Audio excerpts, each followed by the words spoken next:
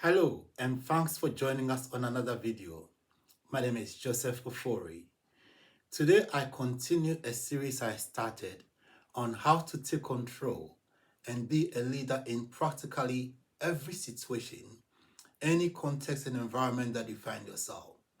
In the first two videos, first we talked about how important attitudes are in making you able to take control and to be a leader in every circumstance.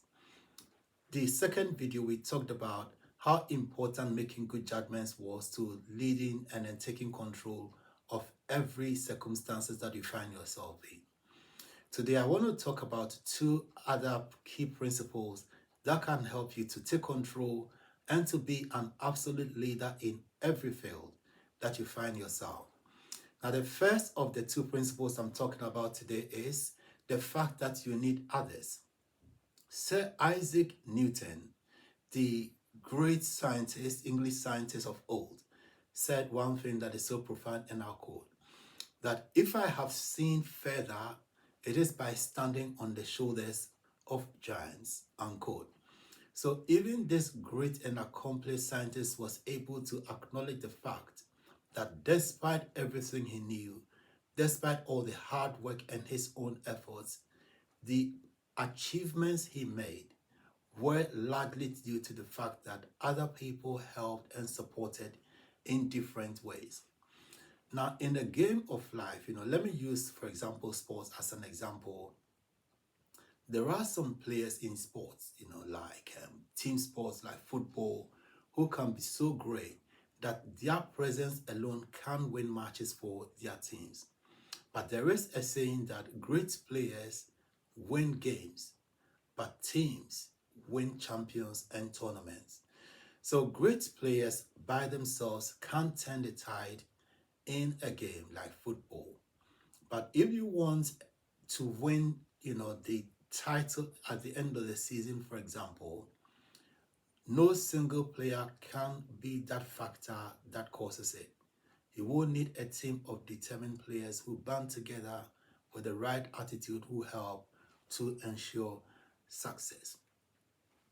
L. Nightingale says something, and I quote, that everything in the world we want to do or get done, we must do it with and through people. Every dollar we earn, we must come from people. If you begin to develop and maintain an attitude that says yes to life and the world, you will be astonished at the changes you will see, unquote. So this is very important and demonstrates how our successes eventually either comes from other people or comes through the collaboration of other people. And it is important to acknowledge this. Now, one great man said that unless you are a shoeshine boy, you will need to work with others. In this world, the only people who work alone and who don't need anyone's support and collaboration probably are shoeshine boys. And you will appreciate what scale, how small their businesses most of the time are. Normally, it's no more than a small box with their polish and brushes. If you want to achieve bigger than that, then definitely you must acknowledge the need to work with and through other people. There is a very unique power that comes from connecting with people, the synergies that working with other people bring. Your ability to make connections and networks. There is another saying that your network to a very large extent determines your net worth. So there is some absolute positive and benefit, loss of benefits in being able to identify the correct people and networking appropriately. Now, I mentioned that being able to identify the correct people, it is important in life that you find people who think like you share your dreams and aspirations together, but you must be circumspect and very careful in who you choose to share your dreams and your visions with. There are people who, whether consciously or not, are dream killers. They will kill your dream even before you've got the time to put your best efforts at achieving them. You must also avoid the drama kings, drama queens, and people who have associated with them lots of drama, who would either create drama that affects your vision negatively, or they would draw you into their own personal dramas and keep your focus on their dramas and not on what you need to achieve your vision. Another group of people that you should avoid or keep an eye out for are solo players, people who want all the glory to come to them.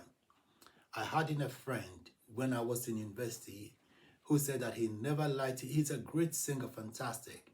But I said that he never liked to sing in a mass choir because people don't hear you when you sing in a mass choir. Now, I thought that was totally misplaced because when you sing together in concert with other good singers, now the synergies, the blend of all the voices gives you a fantastic orchestra and output.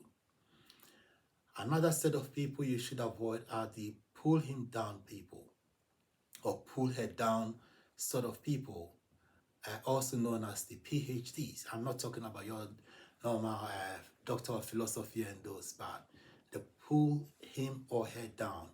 Now, people with the crab mentality who would not climb themselves, but when they see their peers climb, they will pull them down so that they are all back to the same level. Those are unfortunate people that you should do your best to avoid.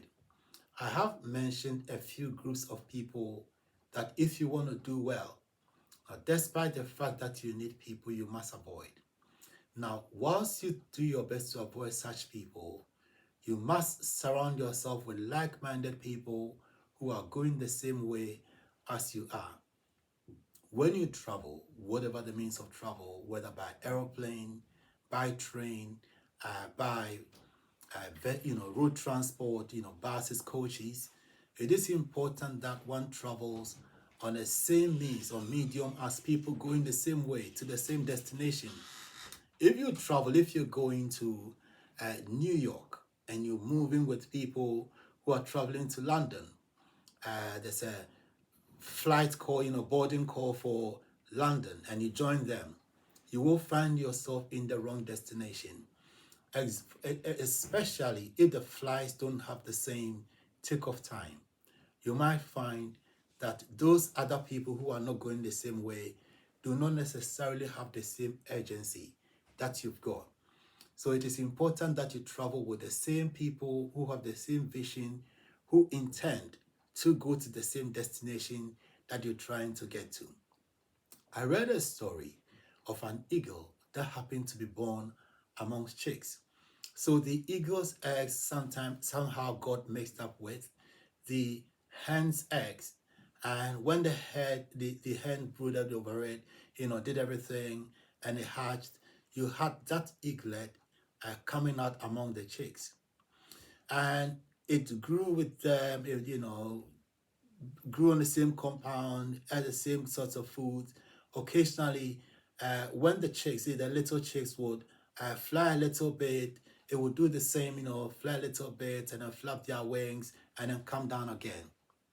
Now, one day, this little eaglet saw a mighty big eagle soaring up, flying so high. And it asked its peers that, what is that flying so high up there? It looks beautiful. And they said that forget it, you can never do that.